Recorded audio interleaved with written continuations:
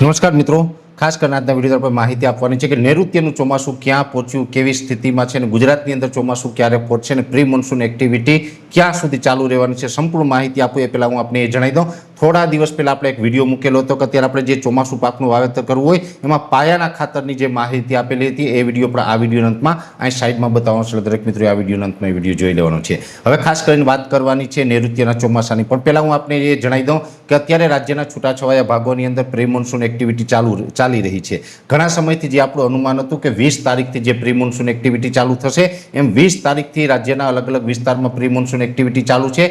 ખાસ કરીને આની સૌથી વધારે તીવ્રતા છે એ સૌરાષ્ટ્રમાં જોવા મળી રહી છે. સૌરાષ્ટ્રના છૂટાછવાયા ગામમાં કોઈ જગ્યાએ સામાન્ય એકદમ વરસાદ પડી રહ્યા છે જે પ્રી મોન્સૂન એક્ટિવિટીના ભાગરૂપે પડી રહ્યા છે. 20 તારીખથી જે આ પ્રી મોન્સૂન એક્ટિવિટી ચાલુ થઈ છે એ 28 તારીખ સુધી ચાલુ રહેવાની છે. એટલે હજુ પણ 3 દિવસ સુધી પ્રી મોન્સૂન એક્ટિવિટી ચાલુ રહે તેવી શક્યતાઓ છે. રોજ અલગ અલગ વિસ્તારમાં 1, 2 કે 5 ગામની અંદર વરસાદી ઝાપટા પડતા રહેશે. બીજો પ્રી મોન્સૂન એક્ટિવિટીનો રાઉન્ડ આવશે 1 થી 8 જૂનમાં. 1 થી 8 જૂનમાં જે રાઉન્ડ આવશે એમાં દક્ષિણ ગુજરાત, સૌરાષ્ટ્ર અને મધ્ય ગુજરાતના કેટલાય ભાગોની અંદર પ્રી મોન્સૂન એક્ટિવિટીના ઝાપટા પડે તેવી શક્યતાઓ દેખાઈ રહી છે. એટલે 2 રાઉન્ડની અંદર પ્રી મોન્સૂન એક્ટિવિટી છે. નૈઋત્યના ચોમાસા માટે હજુ આપણે રાહ જોવાની છે. જો નૈઋત્યના ચોમાસાની વાત કરવા જઈએ તો શનિવારે જે આપણે એક અનુમાન આપ્યું હતું કે પ્રી મોન્સૂન એક્ટિવિટી પછી જે ચોમાસું આગળ વધી રહ્યું છે અને એમાં પણ નૈઋત્યનું ચોમાસું છે એ શ્રીલંકાના ઉત્તર ભાગ ઉપર જે સ્થિર થયું હતું એ ગઈકાલથી ફરીથી મજબૂત થઈ અને આગળ વધવાનું ચાલુ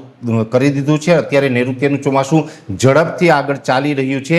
નૈઋત્યનું ચોમાસું આમ તો અંદોબર, નિકોબાર ટાપુ, બંગાળની ખાડીના મોટાભાગના વિસ્તારોની અંદર પ્રવેશી ગયું છે. સાથે અરબ સાગરની અંદર પણ ચોમાસાનો પ્રવેશ થઈ ગયો છે. જેની પશ્ચિમ પાંખ હોય એ અરબ સાગરની અંદર આવી ચૂકી છે અને હવે કેરળથી માત્ર 50 કિલોમીટર ચોમાસું દૂર છે આજની તારીખે. એટલે કે આજે 25 મે 2026ના રોજ અમારું જે લાસ્ટ પ્રિડિક્શન છે આજની તારીખનું એ મુજબ જોવા જઈએ તો નૈઋત્યનું ચોમાસું કેરળથી માત્ર 50 કિલોમીટર દૂર છે અને હવે આ ચોમાસું છે એ આવતીકાલે 26 તારીખ અથવા તો 27 મેના રોજ ગમે ત્યારે કેરળની અંદર આ ચોમાસાનો પ્રવેશ થઈ શકે છે.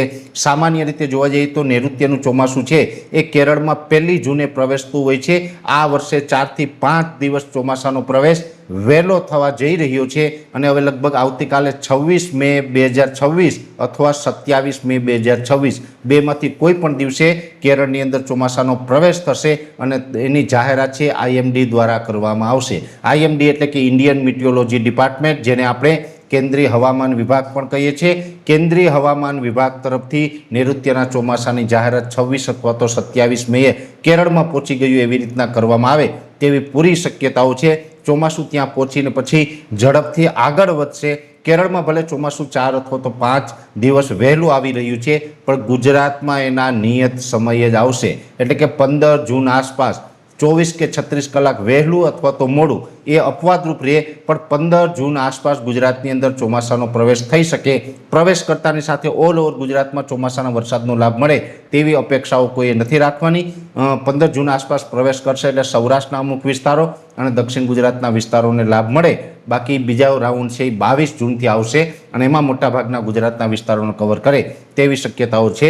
એટલે એ આપણે વાત છે એ પણ ઘણી વખત અવારનવાર વિડીયોની અંદર કરી ચૂક્યા છે, મીડિયાના મારફતથી પણ કરી ચૂક્યા છે. પણ મહત્વના સમાચાર અત્યારે એટલા જ હતા કે નૈઋત્યનું ચોમાસું છે હવે માત્ર કેરળથી 50 કિલોમીટર દૂર છે અને અત્યારે પ્રી મોન્સૂન એક્ટિવિટી ગુજરાતમાં ચાલી રહી છે અને એ સાથે ગરમી, ઉકળાટ અને બફારામાં સખત વધારો થઈ રહ્યો છે. હજુ પણ આવનારા દિવસની અંદર તાપમાન નોર્મલ રહેશે. તાપમાન એવરેજ 36 થી 38 ડિગ્રીની રેન્જમાં રહેશે પણ ઉકળાટ અને બફારો છે એની અંદર સખત વધારો થતો જશે અને સંપૂર્ણ જૂન મહિનો, આ મે મહિનાના બાકી રહેલા દિવસો અને જૂન મહિનો છે એના 30 દિવસ ઉકળાટ અને બફારા વચ્ચે આપણે પસાર કરવો પડે તેવી શક્યતાઓ હાલ લાગી રહી છે. એટલે ચોમાસું અને પ્રી મોન્સૂન એક્ટિવિટીની જે માહિતી આપવાનો પ્રયત્ન કર્યો, વિશેષ માહિતી નેક્સ્ટ વિડીયોમાં આપવામાં આવશે. શરૂઆતમાં જણાવ્યું તો આ સાઈડમાં વિડીયો દેખાઈને ટચ કરીને જશો એટલે પાયાના ખાતર વિશે સંપૂર્ણ માહિતી મળી જશે. અત્યારે વિડીયોની અંદર એટલું જ. મિત્રો, વિડીયોને લાઇક આપીને દરેક ગ્રુપમાં શેર કરવો, યુટ્યુબને સબસ્ક્રાઇબ કરજો, સાથે ફેસબુક અને ઇન્સ્ટાગ્રામ આઈડીને ફોલો કરજો. નમસ્કાર.